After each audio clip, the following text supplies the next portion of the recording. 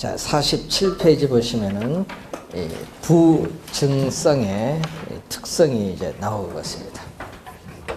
자, 이 공장에는 이 노동이나 원재료 같은 생산비를 투입을 하면은 공장에서의 상품의 생산량은 증가를 합니다. 그런데 이 토지에는 자연적으로 주어져 있는 토지에는 아무리 생산 비용을 투입을 하여도 자연적으로 주어진 토지의 절대량, 면적은 결코 증가시킬 수 없다. 절대량의 면적은 결코 증가시킬 수 없다. 이 말은 생산이 안 된다는 겁니다. 비생산성 또는 이 면적에 있어서의 유한성이라고 해요. 면적의 유한성이라고도 합니다. 자, 생산이 안 되죠. 비생산성이기 때문에 토지는 엄격한 의미에서 생산해서 공급은 안 된다. 자, 엄격한 의미에서 토지의 생산 공급은 안 된다는 게 비생산성이라고 해요. 비생산성. 자, 면적의 유한성이죠. 면적에 있어서의 유한성. 자, 면적의 유한성은 또 뭐냐? 우선은 희소성이 나오죠. 자, 시간이 경과함에 따라 토지를 이용하고자 하는 사람들의 욕망은 계속 증가하는데 그 욕망을 충족시켜줄 자원은 한정되어 있다는 뭐가 발생하죠? 희소성이 발생해요. 희소성이 시간이 경과함에 따라 점점 가중될 수밖에 없다. 자, 여러분 골동품도 희소성이 높아요. 이런 골동품이나 토지는 희소성이 높기 때문에 가격도 비싸다. 그러니까 희소성이 낮은 상품보다는 희소성이 높은 상품일수록 가격도 비싸다는 걸 우선 기억을 해두고, 특히 토지는 희소성이 상당히 높은 상품입니다. 자, 희소성도 있지만 또 면적이 또 유한하기 때문에 한정된 토지를 대다수의 사람의 공공복리적 차원에서 이용을 해야 되기 때문에 이 사회성, 공공성이 요청되죠. 이것을 전문용어로 토지 뭐라고 하냐면은 공개념이라고 합니다. 토지 공개념의 근거가 된다. 토지 공개념의 근거가 된다. 토지 공개념, 토지의 뭐를 공익을 강조하는 공개념의 근거가 되기도 하고, 또 이러한 유한성은, 또 면적의 유한성은 토지에 있어서의 최고, 최선의 이용인 최유효 이용, 토지의 최고 최선의 이용인 최유효 이용에 있어서의 우리는 방법을 결정을 해주죠. 최유효 이용에서의 방법을 결정해주는 특성도 바로 부증성 때문에 나타난다. 최유효 이용. 28회 시험에 또 출제한 지문입니다. 면적이 유한하기 때문에 그래요. 자, 그래서 도시로 계속 인구가 집중함에 따라 도시 토지는 계속 뭐 한다? 수요는 증가하는데 이 외곽에 있는 임야를 택지 조성 공급하기에는 제약이 많아요. 공급 능력의 한계로 인해서 도시 토지에 뭐가 발생하죠? 부족 문제가 우리는 야기가 돼요. 도시 토지인 택지의 부족 문제가 야기되거든요. 택지 공급 능력이 한계를 가지고 있습니다. 그렇기 때문에 누구 도시 토지를 이용하고자 하는 누가 경쟁을 하죠? 공급의 한계를 가지고 있기 때문에 수요자 간의 경쟁을 벌여요. 자, 여러분 수요자 간의 경쟁이 많으면, 수요가 많으면 당연히 가격도 비싸죠. 토지 가격, 집가도 상승하는데 이 상승폭이 상당히 크다는 거죠. 그래서 상승을 하면은 도시 토지 가격이 급등하면은 도시 내에 어떻게 토지를 이용할 때 건물을 뭐 한다? 고층화 시킬 수밖에 없는데, 이 고층화되는 것을 전문용어로 집약화란 말 써요. 여러분이 뒤에 또 나중에 또 배우겠지만 집약화. 그러니까 집약적인 토지용이 나타나거든요. 도시 토지는 집약적인 토지 이용, 토지 이용에서의 이 집약화를 촉진시킵니다. 그런데 농촌에서의 토지 이용은 토지를 많이 활용하는 조방적 토지 이용인데 시험에 조방화, 집약화를 많이 지문상에 내거든요. 조방화는 농촌에서의 토지 이용이고 조방화가 아니라 뭐죠? 집약화. 집약화. 25회 시험도 집약화로 출제했죠. 24회도 출제했고 집약화라는 용어가 최근에 한 4번 출제를 했어요. 많이 나옵니다. 집약화가 나오면 뭐죠? 부증성이다. 자, 그리고 생산 공급이 안 되기 때문에 토지의 증가를 전제로 하는 이론은 성립될 수가 없다는 거죠. 그래서 이 부증성에 대한 이 기본적 개념을 좀 알아둬야 되는데, 그래서 여러분이 경제이론 가면요, 이 부증성에 있어서 토지의 물리적 공급, 경제적 공급이 나오는데 이것은 우리가 경제이론 가서 배우도록 하고 우선 부증성의 기본 개념 우선 확인을 해봤습니다. 자, 48페이지 보시면은 영속성이 나오죠. 영속성은 시간이 경과하든지 토지를 사용하여도 토지는 소모되지 않고 마멸되지 않는 특성을 우리 영속성이죠. 그래서 비소모성, 불변성을 가져요. 자, 그래서 이 토지 자체는 무슨 재화? 비소모적 재화. 이 토지 자체는 비소모적 재화다. 그러니까 소모가 안 된다는 거예요. 비소모적 재화. 그러니까 토지를 사용하여도 소모가 되지 않기 때문에 물리적으로 우리는 물리적 측면에서의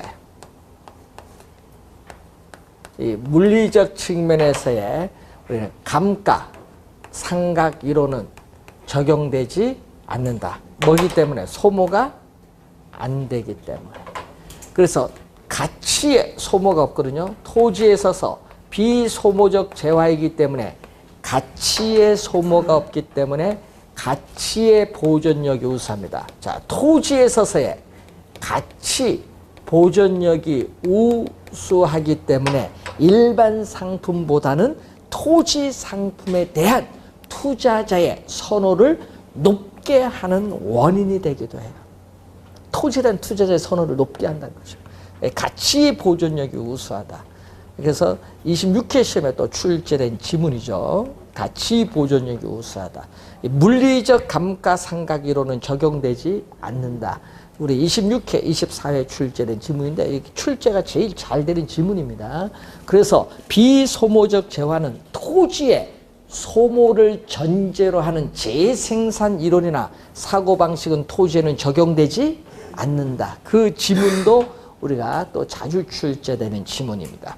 그래서 이 토지로부터 얻는 수익은 토지는 소모되지 않기 때문에 사용하여도 소모되지 않기 때문에 토지로부터 얻는 수익도 뭐다? 영속적으로 나타날 수밖에 없다.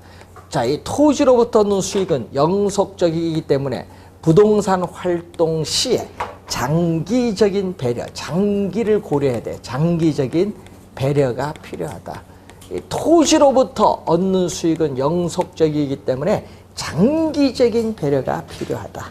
장기적 배려가 필요하다. 자, 개별성.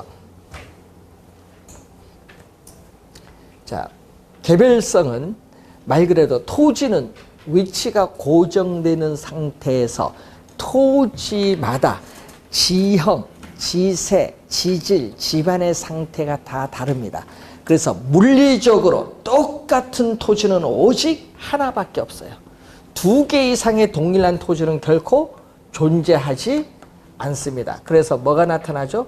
비동질성이에요. 자, 비동질성이 나타난다. 자, 일반 상품은 표준화가 되어 있기 때문에 대량 생산이 가능합니다. 그렇지만은 이 토지 상품은 일반 상품과는 달리 다 다르기 때문에 표준화되기가 어렵다. 뭐라죠? 비표준화가 되어 있어요. 표준화되기 어려워요.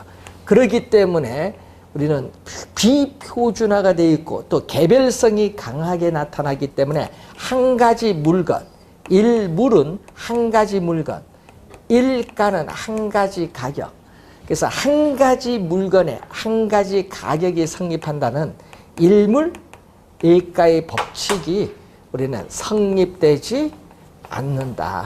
표준화되어 있지 않기 때문에 일물 일가의 법칙이 성립되지 않는다는 특성을 가지고 있습니다. 자, 그리고 토지 간 비교하기가 쉬울까 어려울까요? 다 다르니까. 동질성 있으니까 토지 간의 상품 비교가 어려워요. 일반 상품은 비교가 가능하거든요. 예? 비교가 가능해요. 신라면, 진라면 비교 가능하죠. 그런데 토지는 비교하기 어려워요. 그리고 우리가 토지의 가격, 토지의 가격이라든지 수익 등이 다 다르잖아요. 토지마다 다 달라요. 그래서 개별화, 개별화 시켜요. 또 구체화, 1제곱미터당 얼마 구체화 시키는 거예요. 개별화, 구체화 시킨다는 거죠. 그래서 이러한 개별성은 우리가 이런 대표적인 특징 몇 가지 우선 확인해 보면 되는데, 그래서 부동산 활동 및 형상을 개별화시키기 때문에 부동산학 원리 도출 이론의 전개가 어려워요. 부동산 활동 및 형상을 개별화 시킨데 이게 올해 28회 시험에 출제를 했었죠. 부동산 활동 및 형상을 개별화 시킨다. 예? 개별성을 가지킨다. 다 따로따로 개별화 시킨다는 거예요. 자, 토지는 위치가 고정되어 있는데 그 옆에 토지와 계속 연결되어 있다. 그래서 인접성 또는 연결성 또는 뭐라고 한다? 영속성이라고 해요. 영속성. 그런데 문제는 이건 토지 부동산으로부터 파생되기 때문에 시험 지문에는 거의 출제 안 해요. 뭘로 출제해버린다? 파생되기 때문에 부동성으로 출제해버리지. 예? 그래서 여러분이 인접성은 우리가 출제를 하지 않는다 이렇게 보시면 돼요. 부동성에 포함시켜버려요. 근데 가끔 질문하신 분이 있어. 인접성 거기 보시면 이런 게 있거든요. 위치는 고정된 토지와 그 옆에 토지가 있는데 그 옆에 토지가 서로 어울리는 이용을 우리는 전문용어로 협동적 이용이라고 해요. 그래서 가끔 여러분 어떤 분이 질문하시는데 이 협동적 이용이 뭡니까? 이렇게 또 물어요. 인접 토지와의 협동적 이용을 필연화시켜요. 그럼 협동적 이용이라는 게 아까 주어진 토지와 인접 토지와 서로 어울리는 이용이다. 그러면 주거용, 토지가 주거용으로 이용하고 있는데 인접 토지가 공업용으로 이용하면 어울려요? 안 어울려요? 안 어울리잖아요. 공업용으로 인해서 토지 가격이 오히려 하락할 수 있잖아요. 어울리지 않는 거예요. 그래서 주거용, 주거용으로 이용하면 서로 어울리죠. 이런 것은 어울리는 이용이에요. 예, 어울리는 이용을 뭐라고 한다? 협동적 이용이라고 해요. 어울리는 이용. 예, 그래서 용어가 좀 약간 이제 하다 보면 질문 들어와서 이제 설명을 해드린 거야. 어울리는 이용이다. 그래서 나중에 용도 지역 지구지에 가면은 이런 용어를 좀 배우시게 될 겁니다. 자, 우선 네 가지 특성을 주로 해서 잘 확인을 해 두셔야 될 부분이고, 자, 토지의 특성 중 우리는 두 번째 무슨 특성이죠? 인문적 특성. 인문적 특성 중에 시험에 또 단골로 출제되는 특성이 바로 용도의 다양성. 자, 김치 냉장고는 용도가 한계성을 가지죠. 다양하지 못해 한계성을 가져요. 왜? 김치 냉장고 저장 하나밖에 없잖아요. 한계성을 갖는 거예요. 근데 토지는 주어진 토지에는 다양한 용도가 제공될 수 있는 특성이에요. 주거용, 상업용, 공업용, 학교 다양한 용도로 제공돼요. 그러면 그 다양한 용도 중에서 어떤 용도로 이용될 때, 어떤 용도로 이용할 때 그 토지로부터 최대의 수익을 얻을 수 있느냐, 그걸 뭐라고 하죠? 전문용어로 다양한 용도 중에서 어떤 용도로 이용할 때 그 토지로부터 최대의 수익을 올릴 수 있느냐, 그걸 전문용어로 또 최유효 이용이라고 하는데, 최고, 최선의 이용, 최유효 이용의 성립의 근거가 된다. 이 지문을 용도의 다양성에서는 제일 많이 출제해요. 최유효 이용의 성립 근거. 자, 주거용에서 상업용으로 용도가 바뀔 수도 있죠. 용도의 전환. 또 주상복합 건물, 주거용, 상업용 같이 써요. 뭐죠? 두 개 이상의 용도가 또 뭐야? 병존할 수도 있고 경합할 수도 있는 특성이 용도의 다양성이에요. 또 용도마다 가격이 다르기 때문에 가격 다원설, 가격이 여러 개 있다. 가격 다원설의 논리적 근거를 또 제시해 줍니다. 자, 용도의 다양성 항상 최유효용인데 이러한 용도의 다양성을 지원해줘요. 용도의 다양성을 지원해주고 최유효용을 간접적으로 지원해주는 특성이 바로 뭐죠? 합병 또는 병합이라고 하거든요. 합병 또는 병합 또 분할의 가능성입니다. 자, 여러분이 공부하는 책상이나 의류 같은 것 어떻게 돼요? 책상 반으로 나누고 의류를 반으로 나누면 어떻게 돼요? 이용 못 하잖아요. 그렇지만 부동산은 달라요. 토지는 용도라든지 토지 이용 목적에 따라 토지를 자유로이 인접 필지와 합병할 수도 있고 주어진 필지를 분할할 수 있는 특성을 가져요. 예? 자, 그래서 여기서는 또 뭐죠? 우리는 합병, 분할을 하면은 정상적인 토지 가격에 비해서 우리는 가치가 달라지는데 합병, 분할을 전제로 해서 나타나는 가격을 무슨 가격이라고 하죠? 한정 가격이란 말 써요. 합병과 분할을 전제로 한 가격인데 이러한 한정 가격이 존재하는 게 바로 합병, 분할의 가능성. 우리나라보다는 일본에서 사용하는 개념입니다. 한정 가격이 존재합니다. 자, 토지는 지리적 위치가 고정되어 있을지라도 토지를 둘러싼 사회적 환경 요인, 또 경제적 환경 요인, 행정적 환경 요인이 변함에 따라 토지의 가치는 달라질 수 있는데 이걸 전문용어로 사회적 위치, 경제적 위치, 행정적 위치에 뭐라고 하죠? 가변성이야. 토지는 부동성, 지리적 위치는 고정되어 있거든요. 토지의 지리적 위치는 고정되어 있을지라도 그 토지를 둘러싼 사회적 환경 요인, 경제적 환경 요인, 행정적 환경 요인이 변함에 따라 토지의 가치는 달라질 수 있는 것을 가변성이에요. 자, 여러분 사회적 위치의 가변성 한번 예를 들어볼까요? 이런 얘기거든요. 어떤 지역에 대학이 들어서면은 그 지역은 어떻게 돼요? 토지가격이 오르죠. 사회적 환경 요인이 변하는 거예요. 또 대규모 생태공원이 조성된다. 사회적 환경 요인이 변해요. 쾌적성이 좋아지면서 가격이 오르거든요. 자, 그리고 경제적 위치의 가변성의 대표적인 걸 보면요. 우리 서울 수도권은 당연히 교통체계 변경이나 신설이야. 대표적으로 뭐가 있어요? 전철 같은 거. 자, 전철 노선이 연장되거나 신설이 되면은 어떻게 돼요? 역사 인근에는 접근성이 좋기 때문에 가격은 어떻게 돼요? 오르죠. 이런 경제적 환경 요인이 변하는 거예요. 자, 행정적 환경 요인이 변하는 것 대표적으로 요즘에 보면 개발 제한 구역입니다. 자, 개발 제한 구역이 그린벨트인데 이 개발 제한 구역이 해제가 되면은 개발로 인해서 가격이 오르죠. 예. 그런 것은 요즘 많이 해제되고 있지 않습니까? 그래서 요즘에 이 사회적, 경제적, 행정적 위치의 가변성 관련해서 이렇게 확인을 해보시는 그런 내용이 되겠습니다. 여기 3대 특성이거든요. 그래서 시험 문제 여기서 보통 여기서 시험 지문이 4개 나오면은 여기서 하나 뽑아서 한 문제를 출제를 합니다. 그래서 박스를 이용해서 출제할 수도 있고 그냥 우리가 그냥 오지선다로 또 출제할 수도 있는 부분이 되겠습니다. 자, 이렇게 해서 토지의 우리가 특성을 끝으로 우리 부동산학 기초 이론에 대한 우리가 출제 올해 3문제 여러분 29회 시험 여러분이 치르는 29회 시험에 3문제 출제되는 범위를 설명을 했고 자 58페이지로 오시면은 여기가 부동산 경제론이 이제 나오죠. 자, 이 부동산 경제론의 이 수요 공급 이론이 이제 나온 거죠. 자, 이 소비자의 입장에서 생각하는 것은 뭐다? 수요고, 생산자 입장에서 생각하는 것은 공급입니다. 자, 소비자 입장에서 생각하는 것은 무슨 개념? 수요의 개념. 생산자 입장에서 생각하는 개념은 공급의 개념이에요.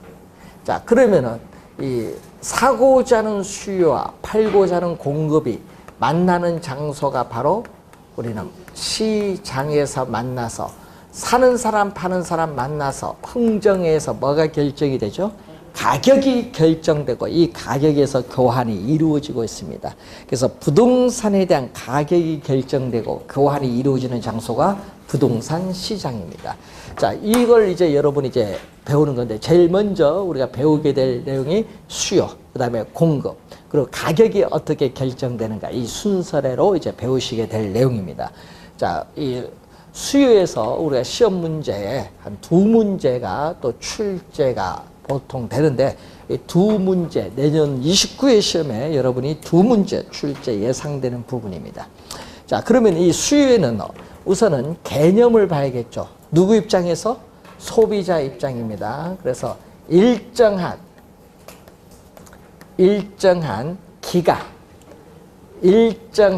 기간이 붙어요. 자, 일정한 기간 동안에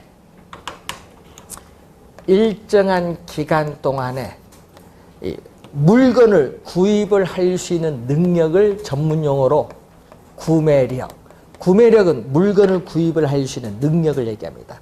그러면 일정한 기간 동안에 이 소비자들이 구매력을 갖추고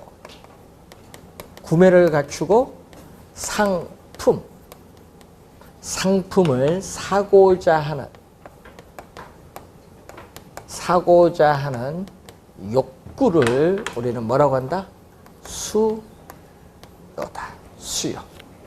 자, 수요의 개념인데, 자, 우선 수요의 개념에서 우선은 일정한 기간 동안에 나오거든요. 일정한 기간 동안에는 무슨 개념이냐? 유량 개념이라고 해요. 유량. 흐를 유자.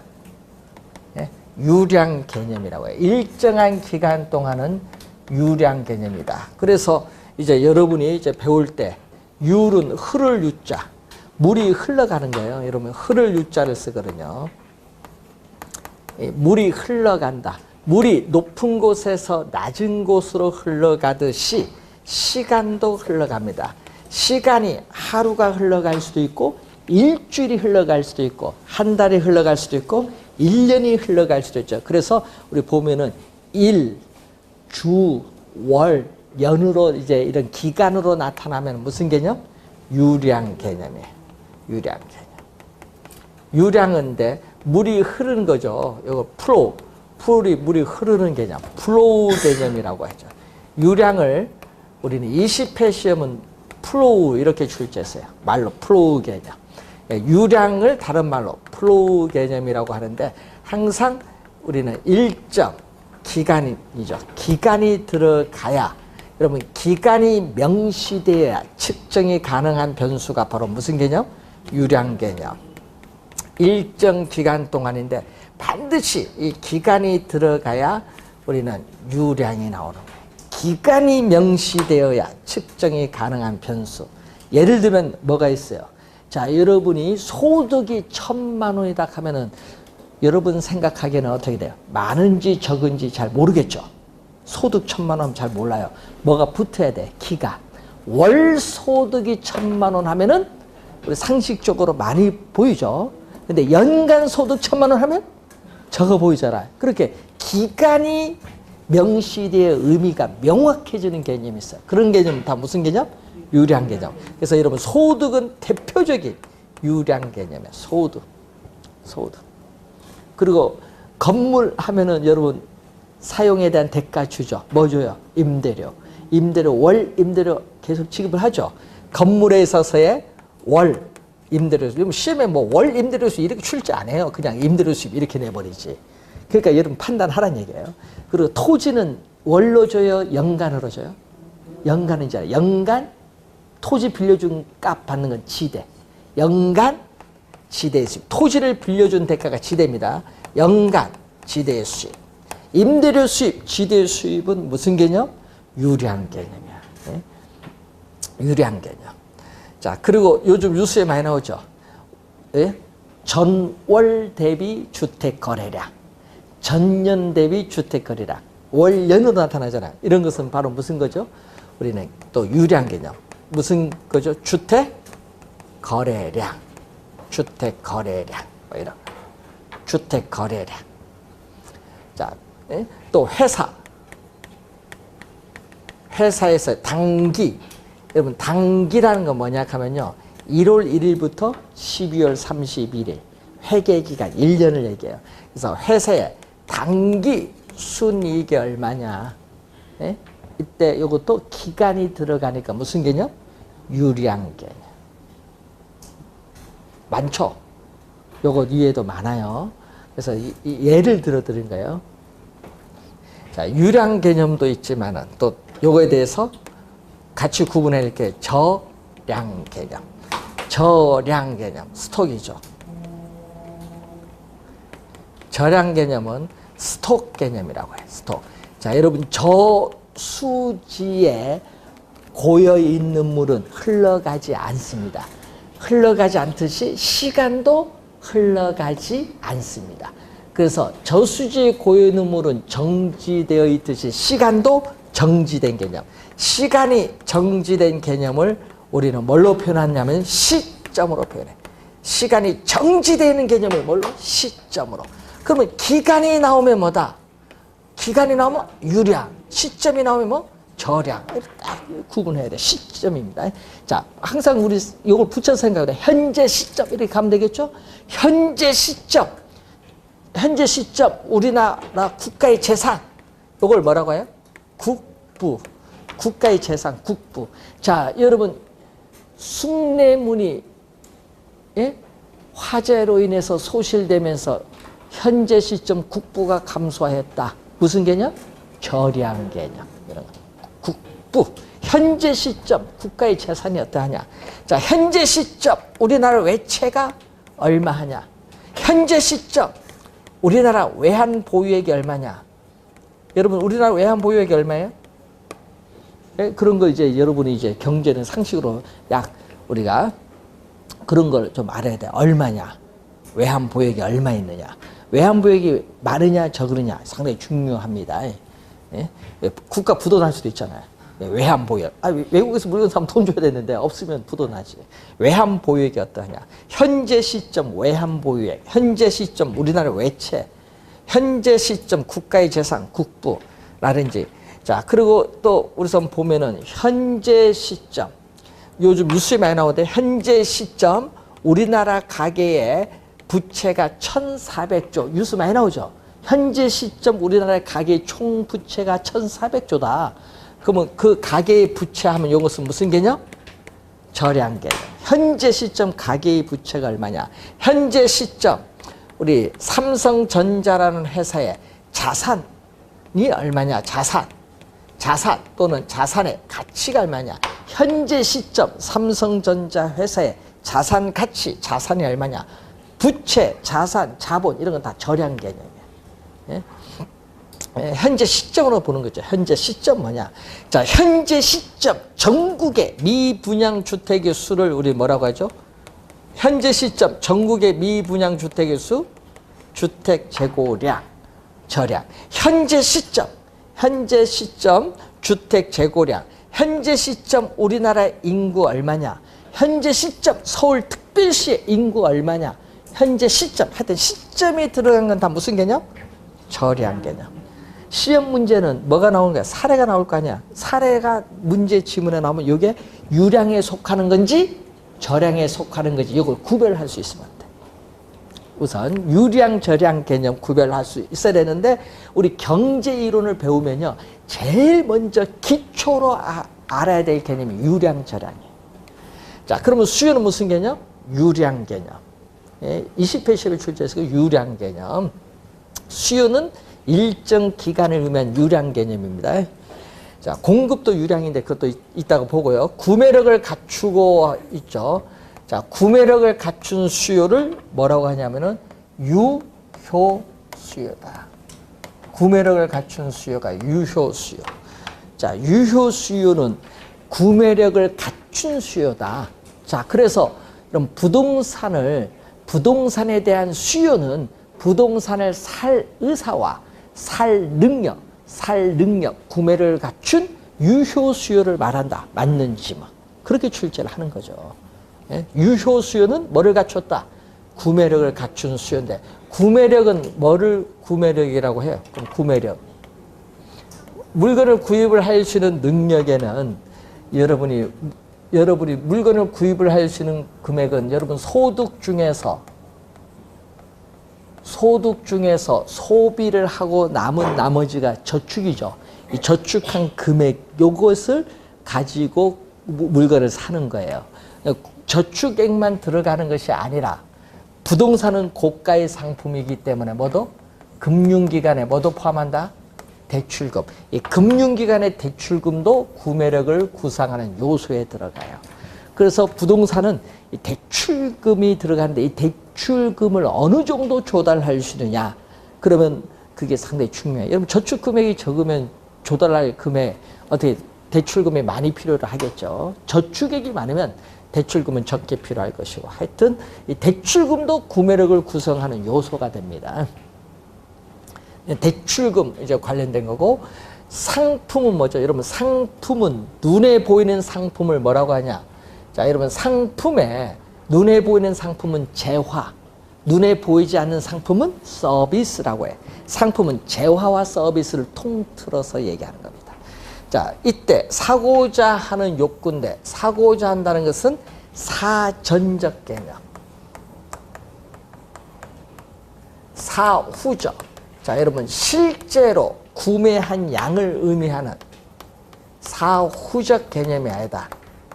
자, 실제 구매한 양, 실제 구매한 양을 의미하는 사후적 개념이 아니라 사전적 개념이다. 말 그대로 사전적 개념은 상품을 사고자 하는 의도된, 상품을 사고자 하는 의도된, 계획된 양, 의도된, 계획된 양을 의미하는 사전적 개념. 자, 여러분 상품을 여러분 사고자 하는 의도된 양은 10개인데 실제 구매한 양은 5개가 될 수도 있어요. 그러면 실제로 구매한 양과 의도된 양은 같을 수도 있고 다를 수도 있어요. 그래서 우리는 수요의 개념 무슨 개념? 의도된, 사고자 하는 의도된, 계획된 양을 의미하는 사전적 개념이다. 사전적 개념. 수요에는 이런 개념들이 숨어 있다는 거죠. 자, 그런데 수요와 수요량은 달라요. 자, 수요와 수요량은 같은 용어가 아닙니다. 그래서 수요량은 여러분 21회 시험에도 출제를 했지만요. 올해 21회 시험도 출제했지만 올해 28회 시험에도 출제를 했어요. 수요량의 개념. 수요량은요 똑같아요. 수요와 다른데 일정한 기간 동안에 뭐를 갖추죠? 구매력을 갖추고 주어진 가격 수준에서 구매력을 갖추고 주어진 가격 수준에서 상품을 사고자 하는 최대 상품을 사고자 하는 최대의 수량을 우리는 수요량이라고 해요. 최대의 수량. 그런데 올해 28회 시험에 최대가 안 들어갔다. 그래서 학생들이 그 답 틀렸다. 그래서 복수정답 인정해달라 이 신청을 많이 했어요. 근데 우리가 문제는 정확한 정답이 하나가 있거든요. 틀린 게 완전 100% 틀린 게 완전 누구든지 뭐 틀린 지문이 있어요. 그럴 때는 이런 지문, 요 최대 빠졌다고 이 신청 안 받아줘요, 출제원들이. 왜냐, 21회 시험 때도요, 여기 최대가 없었어요. 그래서 21회 때도 없었거든요. 그럼 28회 시험에 당연히 받아줄까요? 안 받아주지. 21회 때도 안 받아줬는데. 그래서 하여튼 객관식 시험에는 명확한, 말로 출제했을 때 명확한 답이 100% 틀린 답이 있으면은 어떻게 돼? 나머지는 신경 안 씁니다. 그게 객관식 문제예요. 그래서 항상 문제 볼 때 정확한 답을 찾는 능력을 키워야 돼. 원래 출제할 때 이게 학생분들이 논란이 대상이 되면서 이 신청을 많이 한 또 내용입니다. 다르죠? 주어진 가격. 예를 들까요? 평당 1,000만 원 수준. 그럼 평당 1,000만 원에서 상품을 사고자 하는 최대의 수량이 10채다. 그럼 10채가 바로 뭐다? 수요량이에요. 뭐에서? 평당 1,000만 원에서. 그러니까 주어진 가격 수준에서 상품을 사고자 하는 최대 수량이 수요량입니다. 수요와 수요량은 개념이 다른 용어. 다른 용어. 자, 유효 수요는 구매력을 갖춘 수요를 말하는데 여러분들이 많이 듣는 용어 중에 뭐가 있어요? 여러분 많이 듣는 용어 중에 가수요라는 용어가 있죠. 여러분 가수요라는 용어는요. 스페큘레이티브, 여러분 디맨드란 영어 단어는요 수요로 번역을 하거든요. 그래서 앞에 D를 따서 우리는 수요를 D로 표현하는데 이게 스페큘레이티브는 뭐냐? 투기성이 강한, 투기성이 강한 수요를 가수요야. 그래서 여러분이 과거 박정희 대통령 시절에는 우리 때 투기적 수요라는 말 썼어요. 투기적 수요라는 말 쓰니까 투기를 너무 부추기는 것 같다. 그래서 쓰지 말고 다른 용어로 좀 바꿔서 써라 해서 나온 용어가 뭐다? 가수요. 가수요나 투기적 수요 같은 말입니다. 뭔지 알겠죠? 요걸 번역한 거예요. 가수요나 투기적 수요는 같은 말.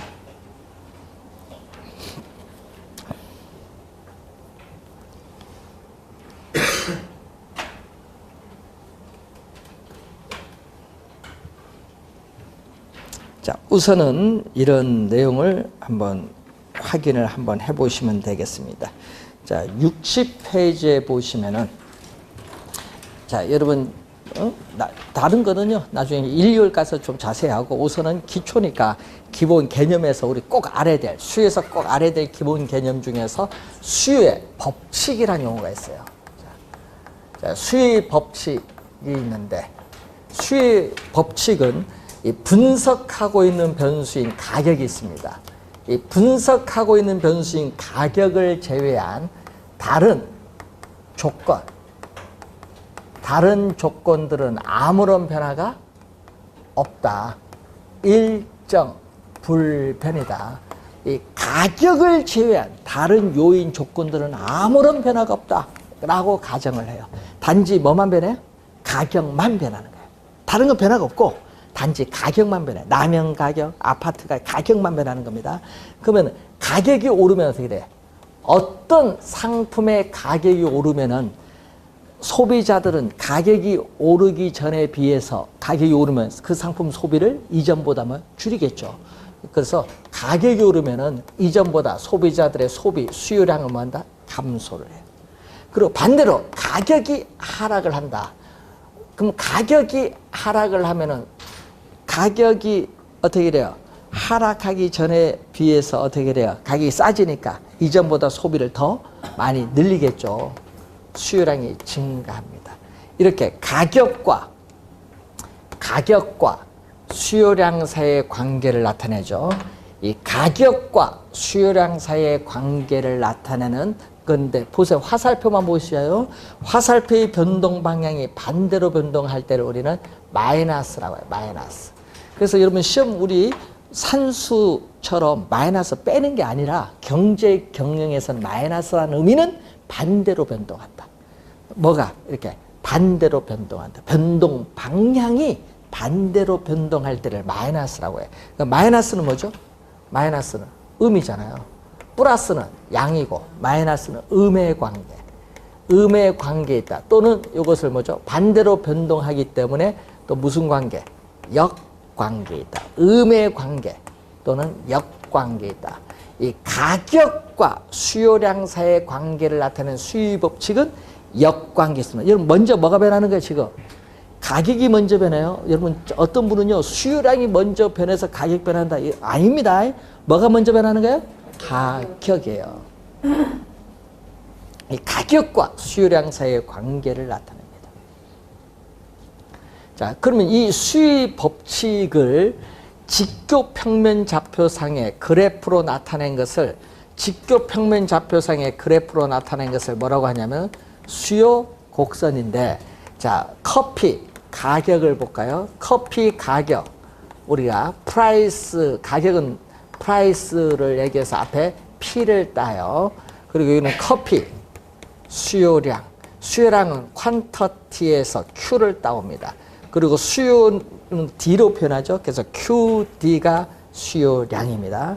자, 이러한 직교 평면 좌표선에서 가격은 종축에, 수요량은 횡축에 표현하는데, 자, 커피 아메리카노 한 잔의 가격이 10,000원이다. 자, 아메리카노 한 잔의 가격이 10,000원이면 소비자들은 너무 비싸. 안 먹습니다. 제로. 가격이 10,000원일 땐 제로. 안 먹는다. 커피 가격. 근데 커피 가격이 10,000원에서 우리가 6,000원으로 떨어졌어요. 10,000원에서 6,000원 떨어졌더니 소비자는 한 잔 사 먹는다. 한 잔. 이 점을 A점 할까요? 한 잔 사 먹는다. 예. 그러니까 6,000원일 때 몇 잔? 한 잔 사 먹는다. 2점. 근데 6,000원에서 또 가격이 또 떨어졌어. 얼마로? 3,000원으로 떨어졌더니 소비자는 한 잔 마시는 것이 아니라 몇 잔 마시느냐? 석 잔을 마시는 거예요. 2점. 이 점을 B점이라 할까요? 그러니까 3,000원일 때는 얼마? 석 잔 사 먹는 거예요. 근데 3,000원에서 얼마로? 1,000원으로 또 떨어졌어. 3,000원에서 또 1,000원 떨어졌더니 석 잔 마시다가 이제는 몇 잔 마시냐? 6잔 마셔. 2점. 가격이 1,000원일 때는 6잔 마셔. 자, 2점.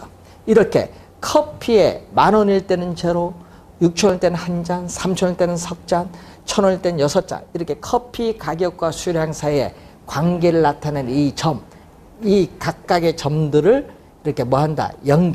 이렇게 연결한 이 곡선을 수요 곡선이라고 해요. 수요 곡선은 뭘로? 우리 기호 D로 표현합니다. 수요가 D니까. 수요 곡선은 이렇게 가는데 한번 보세요. 요 점에서 오른쪽으로 갑니다. 오른쪽으로 가니까 뭐죠? 오른쪽 우고. 오른쪽으로 여기서 갈수록 점점 밑으로 가네요. 밑으로 간다. 아래 하. 네? 아래 밑으로 향할 향. 그러니까 오른쪽 밑을 향하는 곡선. 그래서 수요 곡선은 이렇게 오른쪽 밑을 향하는 곡선. 수요 곡선은 일반적으로 우하향한다. 예, 수의 법칙을 그래프로 나타낸 것을 수요 곡선인데 수요 곡선은 일반적으로 우하향한다.